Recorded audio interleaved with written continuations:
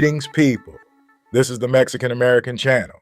You are welcome to join us. Hit the like button to support the channel and subscribe if you haven't subscribed yet. We are all swimming in the waters of white supremacy culture. We are all navigating this culture, regardless of our racial identity. We are not all affected in the same ways. Some of us are encouraged to join and collude without awareness that an invitation has been extended. Some are invited to participate at the cost of separating ourselves from our communities and families.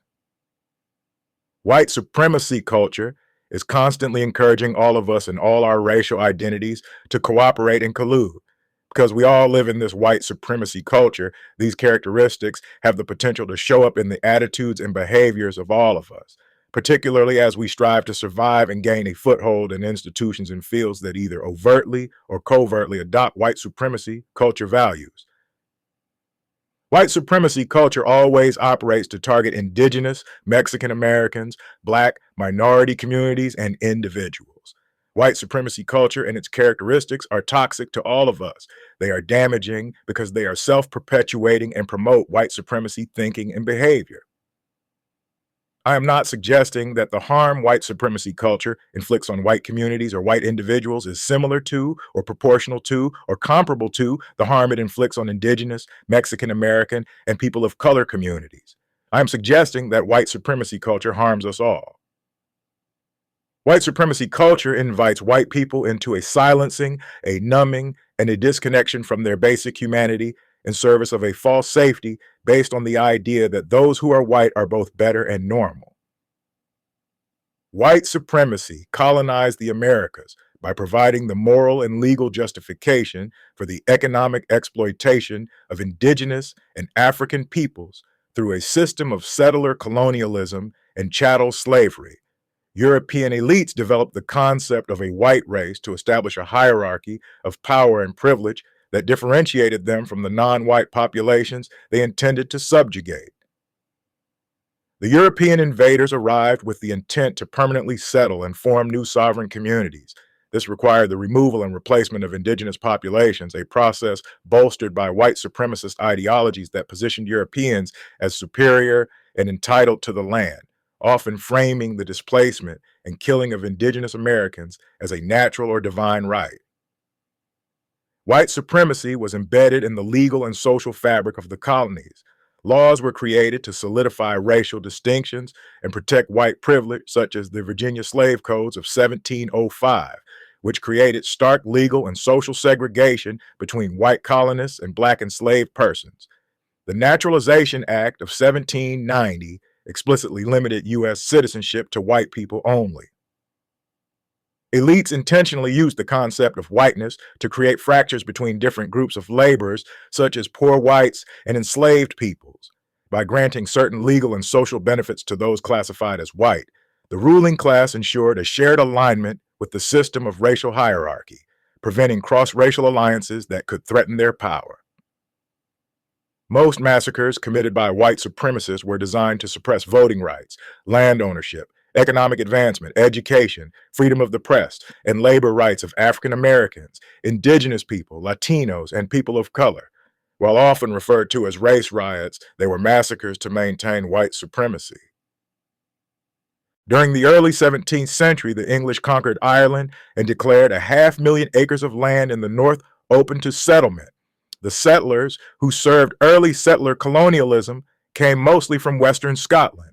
England had previously conquered Wales and Scotland, but it had never before attempted to remove so large an indigenous population and plant settlers in their place as in Ireland. The ancient Irish social system was systematically attacked, traditional songs and music forbidden, whole clans exterminated, and the remainder brutalized. A wild Irish reservation was even attempted. The plantation of Ulster was as much a culmination of as it was a departure from centuries of intermittent warfare in Ireland. The English government paid bounties for the Irish heads. Later, only the scalp or ears were required. Irish Catholics had been racialized under English colonial rule that regarded them as biologically inferior. Suffering the stigma of being Catholic and also dark-complected, they were subjected to extreme discrimination. During the 1870s, influenced by social Darwinism, some English scientists even promoted the theory of that the Irish and all people of color had descended from apes, while the English were descendants of man who had been created by God in his own image, that the English were angels and the Irish and other colonized people were apes, a lower species. A century later in North America, Indian heads and scalps were brought in for bounty in the same manner. Although the Irish were as white as the English, transforming them into alien others to be exterminated, previewed what came to be perceived as racialist when applied to indigenous peoples of North America and to Africans. By the 1850s, Irish Catholic famine refugees, having fled brutal and racialized English colonization, would flock to minstrel shows, which often showcased Irish immigrant in blackface. Racism was also required for acceptance. As the Irish immigrants improved their economic status, their social standing improved. They often chose to align themselves with the existing white power structure and actively participated in the discrimination against Black Americans to solidify their own position in the social hierarchy. The Irish famine refugees were not simply a mass of impoverished, starving individuals or families.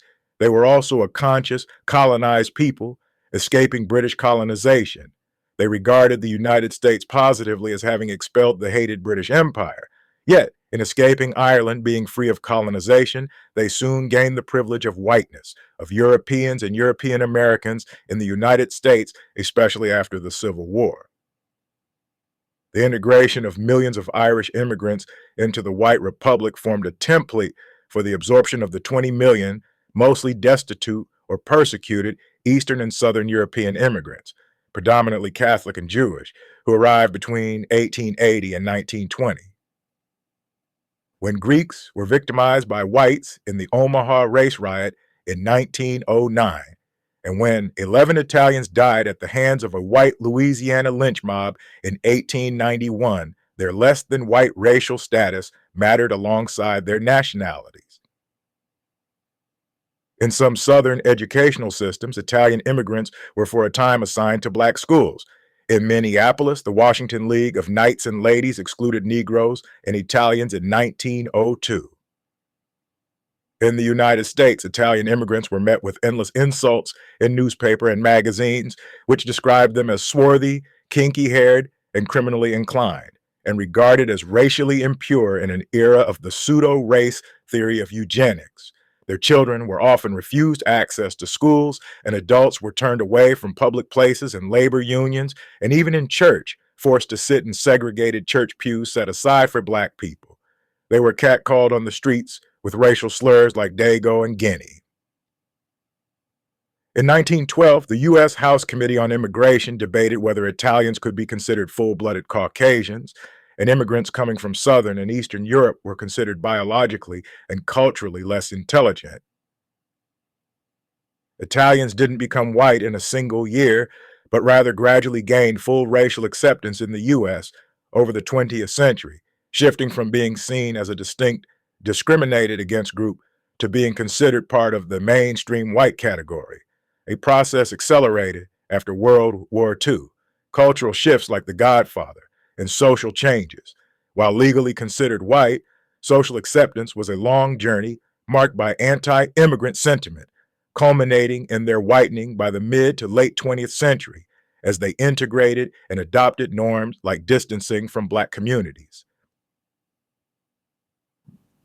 Non-Europeans who are classified as members of the white race are nonetheless believed to be inferior because they belong to inferior sub-races. Sometimes Europeans themselves are divided into superior and inferior subraces. Professional white butt kissers are a disgrace to the skin they wear. These people, if I be so kind to call them that, are running from themselves and teaching us a lesson we should have learned long ago. Sometimes white wannabes are more dangerous than whites, and sometimes they'll fight you harder to be accepted by whites. They are running from their own people. White supremacy culture also promises to reward indigenous, Latinos, Black communities, and people who collude in an effort to survive. The encouragement to assimilate and adapt to these characteristics often promises the illusion of safety, while in reality, rarely doing so. Whatever safety is offered by white supremacy can be and is bought at the expense of authentic relationship with community and self. Whatever safety is offered is ripped away whenever a community or person begins to speak and act with integrity about the racist realities of white supremacy culture. One of the ways that white supremacy culture comes after us is in how we fail to distinguish between tools and weapons. The good news is that while white supremacy culture informs us, it does not define us. It is a construct, and anything constructed can be deconstructed and replaced. We are not victims. Our history is both witness to and record of how many of us refuse to cooperate, how many of us are brave and bold enough to vision a future we often do not live to see. We honor our radical freedom fighting ancestors, those on the front lines, those whose names we will never know. We are here because of them. Our culture has always been a culture of resistance. White supremacy is a political ideology and system of historical, institutional, and cultural domination designed to maintain and defend a system of wealth, power, and privilege for white people. Beyond individual prejudice, it refers to the structural hierarchies that translate beliefs of racial superiority into tangible disparities in political power, economic status, healthcare access, and wealth accumulation for people of color. In the United States, white supremacy was foundational to the nation's development. Contemporary white supremacist movements, including the Ku Klux Klan, neo-Nazis, racist skinheads, and the alt-right, continue to espouse these beliefs. These groups often promote conspiracy theories, advocate for a white ethno-state, and have been linked to domestic terrorism and hate crimes. Modern movements leverage social media and online forums to spread propaganda, often focusing on the Great Replacement theory or other anti-immigrant and anti-Semitic conspiracy theories to recruit and radicalize individuals. The oldest organized white supremacist group in the United States is the Ku Klux Klan. It was created by several Confederate veterans, headed by Nathan Bedford Forrest in 1866. Its name comes from the Greek word kuklos, meaning circle. The original Klan members engaged in acts of terrorism that were meant to keep the newly freed slaves from claiming their rightful places in society. The group's white costumes and pointed white masks were intended to hide the identities of the Klan members while simultaneously provoking more fear in their victims. Within a few years, however, the original Klan was disbanded, in part because of internal strife. The Klan was resurrected in 1915. For the next several years, it experienced its peak popularity, with membership in the millions, including many prominent public figures.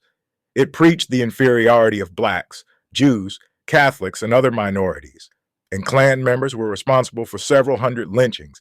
This era in general was one of high xenophobia and anti-immigrant feeling in the United States, and the Klan promised to protect the American values that nativists held dear. After the 1920s, the Klan's popularity surged and waned periodically, but it never approached the large membership it once had. Numerous groups emerged again during the 1960s, opposing the U.S. Civil Rights Movement with a terror campaign that included the 1963 bombing of the 16th Street Baptist Church in Birmingham, Alabama, which killed 4 young African-American girls and injured 22 others. By the end of the 20th century, however, the Klan was a small, fragmented organization located primarily in the southern states and rural areas. The American neo-Nazi movement began shortly after World War II. Adherents of this movement espoused the views of German Nazi leader Hitler, who believed in the superiority of the Aryan race. Although neo-Nazis share many beliefs with the Klan, they are particularly vocal in their hatred of Jews. There have been a number of loosely allied neo-Nazi groups in the United States. The most influential of these were the American Nazi Party, the National Alliance, the American Front, Aryan Nations, and the Order. Although neo-Nazi membership has never reached the great numbers that the Klan once boasted, some neo-Nazi groups have been as renowned for their violence as the Klan.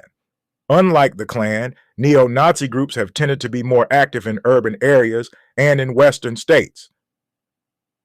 Perhaps the most well-known of these neo-Nazi groups is the Skinheads, less an organization than a movement.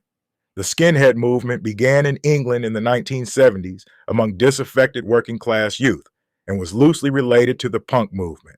It came to the United States in the early 1980s, where it attracted young, working-class people who felt pessimistic about their futures. Most skinhead groups are only loosely organized. By the 1990s, the most visible and fastest growing white supremacist groups were the militias.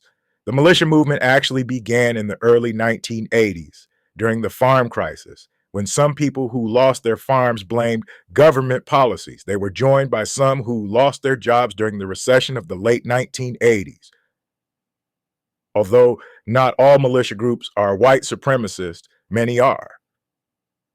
They believe that the U.S. government is run as part of a Jewish conspiracy, and that this conspiracy, as well as the increasing number of people of color in the United States, is threatening the future of white people. Militia groups tended to be located in the Western and Midwestern states. Members of these groups reject the authority of the federal and state governments, insisting that the only legitimate power lies at the county level. Many of them engage in tax protests and have set up their own so-called common law courts in which they have convicted government officials. Some militia groups have also engaged in violence. White supremacy affects both marginalized groups and society as a whole. It is the primary driver of hate crimes and domestic extremist-related murders in the U.S. Racism and white supremacy contribute to chronic stress and internalized racism among indigenous, Mexican American, Black, and people of color. It creates a scarcity mindset and racial ignorance that obscures the true nature of racial hierarchy and prevents people from acknowledging systemic inequities. White supremacy originates in the fear that white privilege will end because of a newly risen, presumably non-white collective. For centuries, white supremacy in the Americas has used two main tools to protect white privilege. First, it has relied on phenotypically white people, the historic recipients of white privilege, to align with this ideology. Second, it has created fractures within communities of color through light-skin privilege and internalized racism. The Latino community, as a multiracial cohort, has been subjected to both means of control by white supremacy. White supremacy has evolved significantly from overt, legally sanctioned discrimination to more subtle, decentralized, and modern manifestations. The advent of the internet has been a major driver of evolution, allowing the ideology to spread with unprecedented ease. They frequently claim that white people are persecuted by society and even the victims of a racial genocide. Adherents of white nationalist groups believe that white identity should be the organizing principle of the countries that make up Western civilization. White nationalists advocate for policies to reverse changing demographics and the loss of an absolute white majority. White nationalists see ending non-white immigration, regardless of legal status, as an urgent priority frequently elevated over other racist projects, such as ending multiculturalism and miscegenation in order to preserve white racial hegemony. White nationalists seek to return to an America that predates the Civil Rights Act of 1964 and the Immigration and Nationality Act of 1965. Both landmark pieces of federal legislation are cited as the harbingers of white dispossession and the so-called white genocide or Great Replacement, the idea that whites in the United States are being systematically replaced and destroyed. These racist aspirations are most commonly articulated as the desire to form a white ethno-state, a calculated idiom white nationalists favor to obscure the inherent violence of such a radical project. White supremacy describes structural hierarchies in society that translate the subjective meanings attached to various races and groups into differential relations of power. These relations of power are organized around the idea of white superiority, or the perception of whiteness as the norm and standard against which other races and ethnicities are defined. It is maintained through legal, social, political, and cultural systems, enforcing racial dominance through the unequal distribution of power across society. White supremacy works through and exacerbates inequalities around other social constructs such as class, gender, sexuality, and geography. For instance, while identity groups such as white women or white LGBTQ persons can enjoy a degree of the privileges and benefits that come with belonging in the white majority group, they also face exclusion for their respective differences from the white heterosexual man of property who is held as the default norm of whiteness. The ideology of race itself leads back to whiteness and white supremacy.